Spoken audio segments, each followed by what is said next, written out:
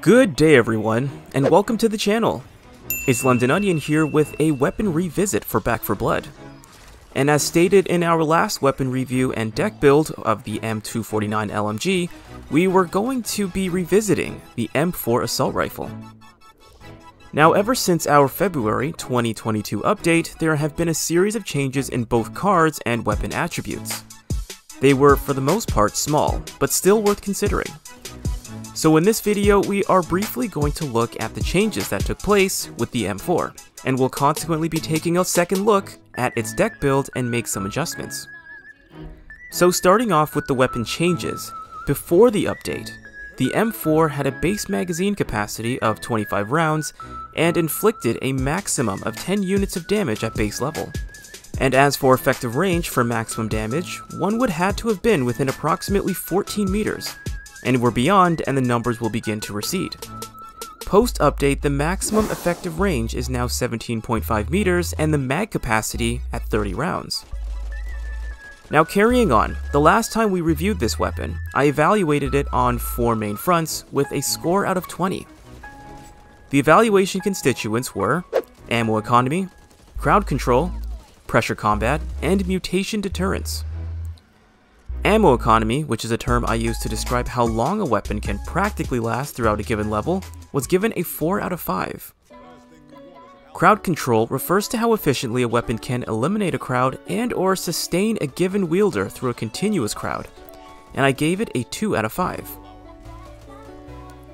Pressure combat, as I coined the term, refers to how efficiently a weapon can eliminate targets in multiple areas, or how well a weapon can complement one's ability to engage and eliminate multiple scattered targets at varying ranges.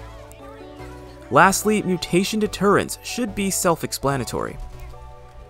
The combined score of the two was 5 out of 10, with pressure combat being given a 3 and mutation deterrence sitting at a 2. Now with these changes to the weapon, such as its higher range, mag capacity, and slightly higher damage, the changes I would make to its score is bumping pressure combat up to a 4 out of 5, mutation deterrence to a 3 out of 5, and crowd control to a 3 out of 5, which brings its new score to a 14 out of 20. Now moving on to the deck build for the M4.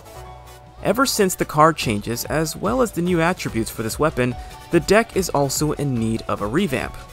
Some cards, however, will remain the same from our original deck build. So to jump right in with our first card, Shredder. Shredder increases damage by 1% for every consecutive landed shot for 3 seconds, and stacks up to 15%. Next, Reload Drills increases reload speed by 20%. Ridden Slayer. This card increases weak spot damage by 20%. Next is Hellfire, which increases move speed by 45% while firing and 3% while not firing. One of the new cards I decided to add in was Hyper Focused, which increases weak spot damage by 50%, but reduces move speed while firing or using melee by 40%. This is, however, compensated by Hellfire and still leaves a 5% surplus of move speed while firing. Next we have Front Sight Focus, which now increases accuracy by 20%, weak spot damage by 10%, and aim speed by 15%. Following, we have Ammo Belt to increase ammo capacity by 50% and reload speed by 15%. Our next card is the old but good Tactical Vest, which increases rifle ammo capacity by 30% and damage by 10%. Next we have Confident Killer, which increases one's damage by 1% for every mutation killed, and stacks up to 15% for the duration of a given level. March for Death increases damage against pinged mutations by 10% for a given team. Grenade Pouch grants an extra offensive throwable and now increases swap speed by 25%. Large Caliber Rounds increases damage by 7.5% and bullet penetration by 200%. This essentially means that a third subsequent target will receive the full base damage of 11 units, leaving a fourth to sustain 5.5 units. Knowledge is Power buffs weak spot damage by 10% and allows one to see damage values inflicted. Body armor increases trauma resistance by 20%. And lastly, durable increases trauma resistance by 15% and health by 5 units. Now, my choices here were ultimately intended to aid the weapon in having a much easier time dealing with mutations.